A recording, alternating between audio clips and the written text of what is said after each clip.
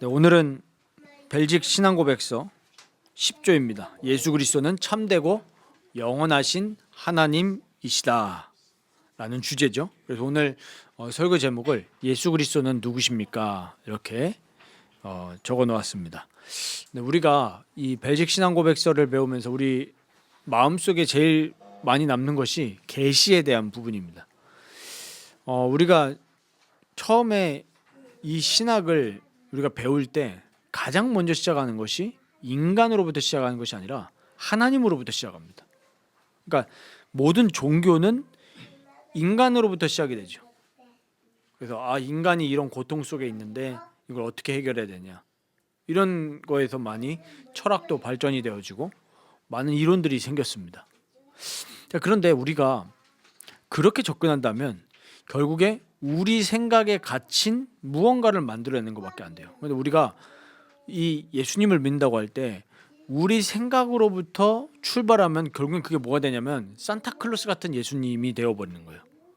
그래서 우리는 반드시 이 계시된 하나님 말씀으로부터 출발해야 됩니다. 그러니까 내가 생각하는 예수님, 내가 생각하는 하나님, 이게 아니라 하나님이 누구신가, 말씀을 통해서 하나님은 자기를 어떻게 계시하셨느냐, 이렇게 가야 되는 것입니다. 그렇게 가지 않으면 신앙이 이상한 데로 끌고 가요.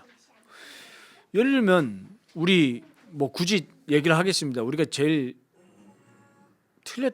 틀리게 썼던 워딩 중에 하나가 예수는 그리스도 모든 문제 해결자.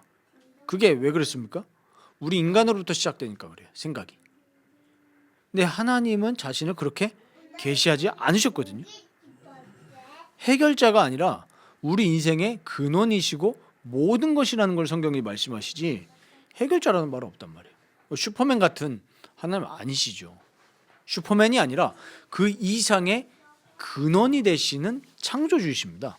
우리 지난주에 배웠지만 구속주이시고 우리를 만들어 가시는 성화주라고 하시죠. 우리 성부, 성자, 성령이. 그래서 우리가 이 삼위일체 하나님을 올바르게 배워야 되고, 오늘은 이제 제2위격이 되시는 예수에 대해서 우리가 나눕니다. 이 예수님은 오늘 우리 히브리서 1장 1절에서 3절 보듯이 영원으로부터 나셨고 영원까지 계십니다. 그러니까 한계가 있으신 분이 아니에요. 그래서 제가 어제 딸을 앉혀놓고 여러 가지 이야기를 하다가 모든 세상의 것들은 유한하다, 끝이 있다. 그러나 하나님은 끝이 없으신 분이에요. 그래서 우리가 끝이 없으신 하나님을 기뻐하고 즐거워하고 경외하는 거죠. 창조된 분이 아닙니다. 예수님은 처음부터 성부 하나님과 함께 계셨습니다. 그래서 우리가 지난주에 확인했지만 동일한 본질, 동일 본질이라는 말을 썼는데 같은 분이라는 얘기입니다. 다른 분이 아니에요. 그리고 오늘 말씀에 나오듯이 그 본체의 형상이라고 했죠. 우리가 하나님을 본 사람이 없죠. 우리 요한복음 1장 1절에 나오지만 하나님을 본 적이 없는데 아버지 품속에 있는 아들께서 하나님을 나타내신 겁니다. 그러니까 예수님이 육신을 입기 전부터 이 예수님은 하나님과 함께 존재하셨습니다. 그리고 하나님 영광의 광채라고 이제 표현을 하셨죠. 우리가 이 삼위일체 하나님의 놀라운 비밀을 지성으로 다 이해할 수가 없어요. 지성으로 이해하려다 보니까 지난주에 말씀드렸던 것처럼 양태론, 양자론, 이런 오류들이 나오는 거예요. 삼위일체 하나님은 지성으로 이해되는 게 아니라 믿음으로 이해되는 것입니다. 믿음으로. 어떻게 우리가 각각 다른 위격이 한 분이시다라는 게 우리 지성으로 이해가 됩니까? 그러니까 그렇게 이해하려고 펼쳐 나가다 보니까 이제 아버지를 비유해 가지고 집에서는 아빠, 직장에서는 회사원, 교회에서는 장로, 이렇게 나오는 거예요. 그게 아니죠. 우리는 말씀에 계시된 그대로 믿어야 될 줄 믿습니다. 그럼 우리가 좀 봐야 될 것은 이 예수님이 하나님과 동일한 본질이시고 그 영광의 광채시고 하나님의 형상이신 예수님이 인간의 몸을 입고 나타나셨잖아요. 인간의 몸. 우리가 그걸 성육신이라고 하는데 이 사실이 얼마나 우리에게 은혜인지를 모릅니다. 그래서 우리는 이 사실을 늘 묵상해야 돼요. 그래서 빌립보서 2장에도 보면은 그리스도의 예수의 마음을 품으라고 그랬죠. 그래서 우리가 뭐 능동적 순종, 수동적 순종, 뭐 혹은 뭐 순환적 순종 이렇게 얘기를 하는데 하나님이 사랑으로 예수님을 우리에게 보내시겠다고 하셨잖아요. 동시에 또 예수님은 우리에게 직접 오신 거예요. 그러니까 이 두 가지가 같이 가는데 이 예수님께서 우리를 사랑하셔서 인간의 몸을 입으시고 고난당하시고 죽으시고 부활하셨다는 이 사실이 사실 엄청난 사실이거든요. 신이신 하나님이신 예수님이 인간의 몸을 입고 이 땅 가운데 오셨다라는 것이 엄청난 은혜입니다. 그래서 그 예수님은 그 육신에 우리의 죄를 더하셔서 우리의 뭐가 되셨습니까? 희생 제물이 되신 거죠. 그래서 예수님이 우리의 죄를 짊어지시고 우리의 모든 저주와 우리의 고난과 우리가 당해야 될 모든 하나님의 진노를 대신 당하신 겁니다. 우리가 이걸 칭이라고 하는데 예수님의 의가 우리에게 들어왔고 우리의 죄는 예수님께 전가가 됐죠. 이중전가라는 그때 표현을 한번 제가 말씀드렸었는데 이 예수님께서 여기서 끝나신 게 아니에요. 부활하시고 승천하셨습니다. 승천하셔서 지금 보좌 우편에 계시면서 하시는 일이 뭐예요? 지금도 만물을 붙들고 계신다 그랬죠. 오늘 히브리서 1장에 나오잖아요. 만물을 붙드시는 일을 하신다고 해요. 그래서 그 영어 성경 보면 서스테이너라고 나오는데 지금도 해가 뜨고 만물이 유지가 되는 것은 예수님이 붙들고 계시기 때문인 줄 믿습니다. 지금 우리가 이렇게 살아가는 이유도 예수님이 우리를 붙들고 계시기 때문에 우리는 살아갈 수 있는 거예요. 맞습니까? 내 심장이 나를 뛰는 게 아니라 우리의 심장까지도 예수님이 붙들고 계신다는 거예요. 그러니까 우리가 아까도 말씀드렸지만 건강 관리를 해야 되는 건 맞아요. 그게 자연 법칙이기 때문에 하나님이 그 법칙까지도 만드신 거지만 건강 관리 그 위엔 누가 있냐 하니까 예수님이 계신 거예요. 그러니까 우리가 관리와 또 불신앙을 착각하시면 안 됩니다. 자꾸 우리가 불신앙으로 가는 경우가 많아요. 하나님을 신뢰하기보다는요. 나를 신뢰하는 경우가 많단 말이에요.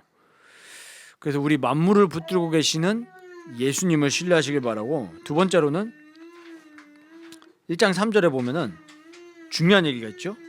능력의 말씀으로 만물을 붙드시고 죄를 정결하게 하는 일을 하신다. 이게 중요합니다. 죄를 정결하게 하는 일. 이게 무슨 역할이죠? 우리 그리스도의 삶 중직 중에 제사장의 일입니다. 제사장. 죄를 정결하게 하는 일. 지금도 하십니다. 지금도. 그래서 이것이 우리에게 적용되게 하는 역사가 바로 성령의 역사죠. 성령의 역사. 그래서 이 그리스도 대신 예수님을 우리가 붙들 때 우리가 실제로 거듭나게 되어지고 우리가 살아나게 되어지고 우리가 은혜를 입고 활력을 입게 됩니다. 그래서 우리의 모든 시선은 예수님께 놓여져야 돼요. 우리가 신앙생활하면서 우리의 시선이 예수님으로 벗어날 때 우리는 자꾸 낙심하게 되고 죄에 빠지게 되고 하나님이 싫어하시는 길로 걸어갈 수밖에 없는 거예요. 그러니까 우리를 붙드시고 우리를 정결하게 하시고 우리를 온전케 하시는 이인 예수를 바라보자. 히브리서에도 얘기하고 있잖아요. 그러니까 우리의 신앙이 늘 말씀을 쳐다보면서 예수님으로 가득 차게 되시기를 축원드립니다. 예수님으로 채워져야 돼요. 아까도 우리가 교제 중에 얘기했지만 신앙생활하면서 자꾸 교회 타이틀, 목사의 유명세 여기에 의지하는 경우가 많거든요. 우리는 그게 아닙니다. 오직 예수님께 의지해야 될 줄 믿습니다. 만물을 붙드시고 지금도 죄를 정결하게 하시는 이인 예수님을 바라보시면서 예수님과 생생하고 인격적인 교제를 나누는 경건생활, 이게 우리의 삶입니다. 우리 실제 삶에 예수님의 능력이 나타나게 되시기를 바랍니다. 언제든지 간에요. 걱정이 될 때도 예수님께. 우리의 모든 거 그거 다 예수님이 붙들고 계시거든요. 심지어 뭐 우리가 출산하는 거 또 우리가 결혼하는 거, 또 목회하는 거, 우리가 회사에서 취직하는 거 다 예수님이 붙들고 계신다니까요. 그러니까 우리는 잘 되고 안 되고를 생각할 게 없는 거예요. 어떻게 기도해야 되죠? 우리는 예수님의 뜻대로 하옵소서. 예수님도 뭐라고 하셨습니까? 우리가 예수님을 닮는다는 것은 모든 영역에 그렇게 되기를 원한다는 거잖아요. 예수님이 십자가 지시기 전에 뭐라고 기도하셨습니까?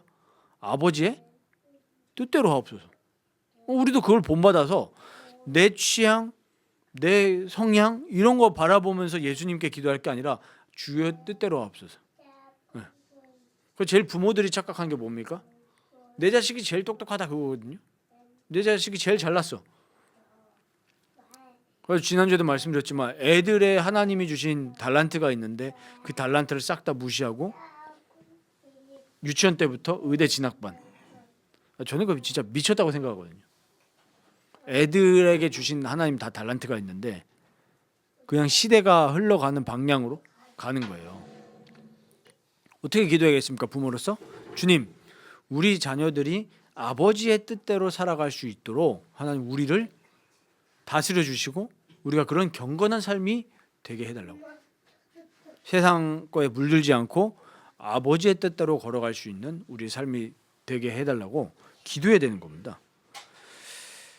그래서 우리가 이 오늘 삼위일체 하나님 중에 예수 그리스도를 우리가 어떻게 적용해야 되냐 하니까 우리가 삶에서 흔들리는 이유는 다른 게 아닙니다.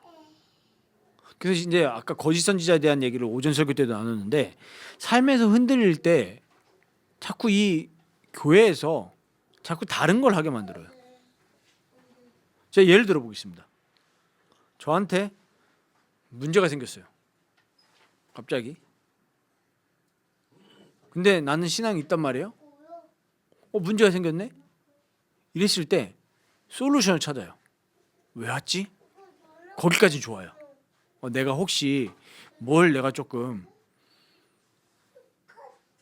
놓쳤을까? 내가 너무 죄에 익숙하게 살았나? 이런 거 점검하는 건 괜찮단 말이에요. 그런데 그거를 문제를 돌파하려는 방식으로 자꾸 뭘 찾냐 하니까 원인을 다른 데 찾는 거예요. 마귀가 작업했나? 아니면 저 사람 때문에 그랬나? 그게 아니라 문제가 생겼을 때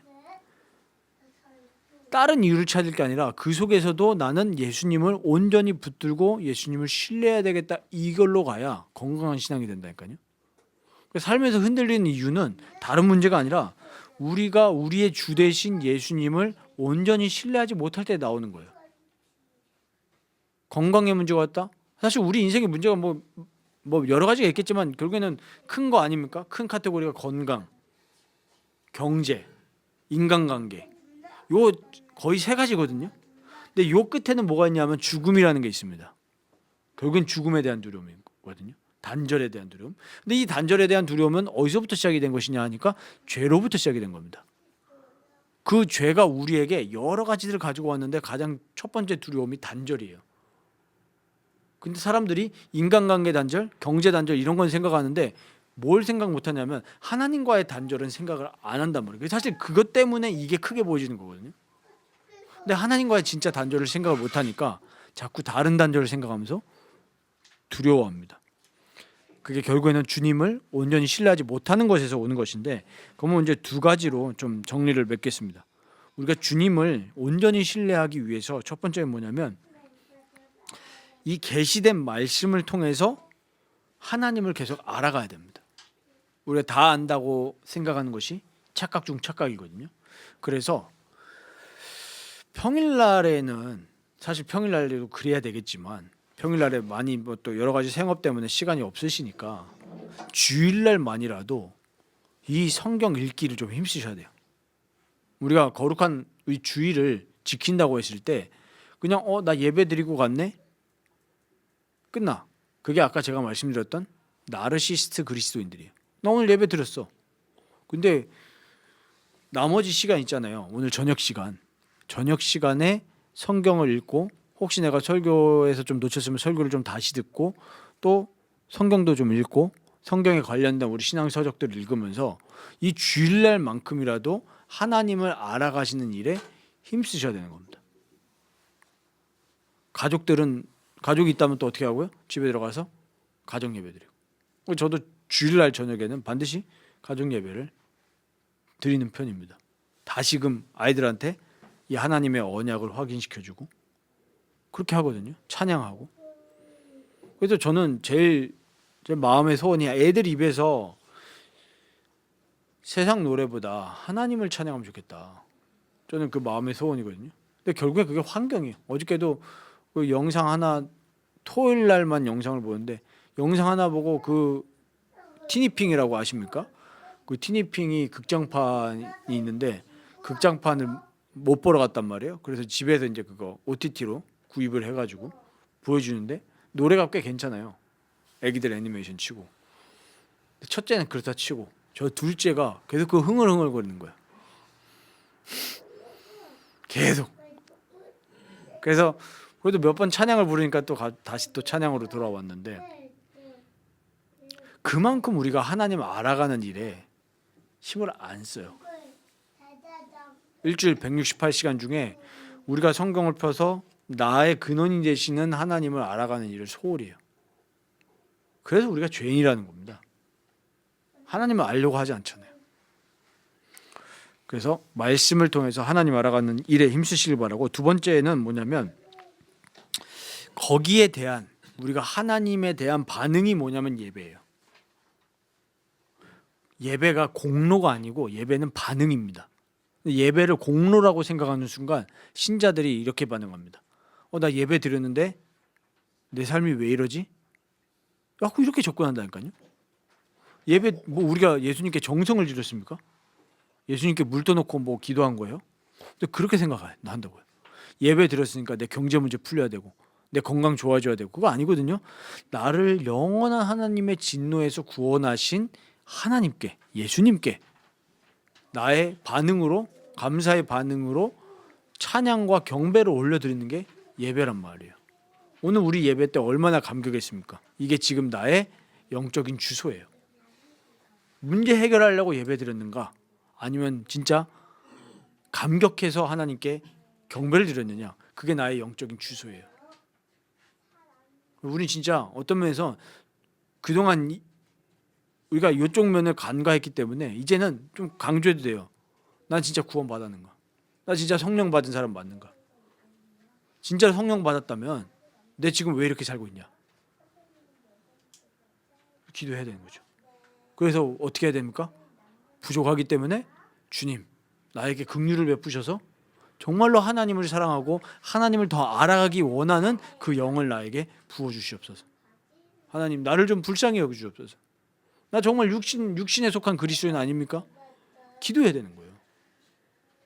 저도 목사로서 거기에 대해서 본을 보여야 되고 또 목사로서 그런 하나님의 진노와 그리스도의 은혜를 선포할 수 있는 목사가 돼야 되지, 사람 눈치 보면서 교회에 사람들 많이 끌어와야 되니까 복주는 메시지하고, 그게 거짓 선지자라고요. 오늘 본문에서 말하고 있는 하나님의 진노와 죄와 회개와 그리스도의 은혜가 같이 선포가 돼야 그게 사도적 진리입니다. 네. 그래서 우리의 반응이 예배고 기도와 찬양이라는 사실을 기억하시고, 복받기 위한 기도가 아니라, 찬양이 아니라 정말 하나님의 말씀을 통해서 하나님을 알고 그 다음에 나오는 게 기도와 찬양이에요. 그러니까 이 한국 교회도 조금 좀 생각해야 될 부분이 있죠. 막 찬양팀 문화가 되게 이제 미국을 따라서 그렇게 유행을 하는데, 찬양은 우리의 반응이지